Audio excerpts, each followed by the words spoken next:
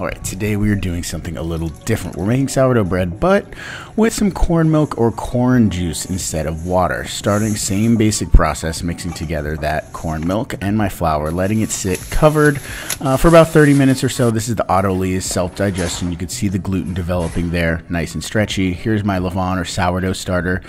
Here I used my basic sourdough starter, but instead of feeding it with water for the last round, I used the corn milk as well. So there's no water in this recipe, just corn juice. So you can see it got pretty sticky here. You keep mixing it. Eventually I like to transfer it to the work surface, do a couple of slap and folds here. That helps get it nice and taut and tight, rolling it into a ball and then back into my bowl for resting.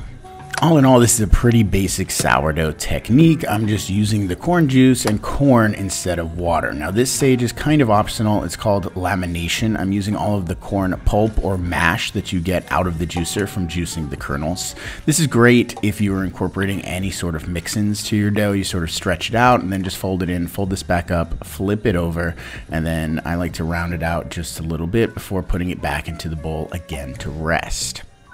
Now I'm not showing all the series of stretching and folding and the tri-folds that you normally do when you're making bread, but pretty basic process here. I proofed this for about 4 hours on the counter with I think 3 or 4 series of folds. This last is my bench shaping here. I'm kind of just making it up as I go. There's a lot of different ways to do this depending on the final structure of the dough. I like to pinch the sides here, get it into a floured boule. I'm using a mix of rice flour and AP flour as my bench flour.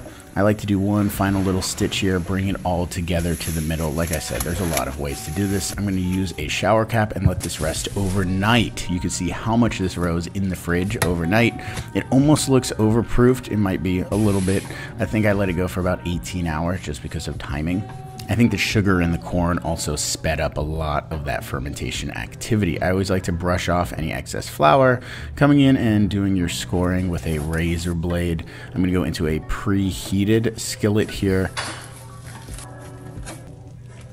Throw the lid back on into the oven for about 20 minutes. Take that off. You can see it has a nice rise, surprising. Back into the oven uncovered.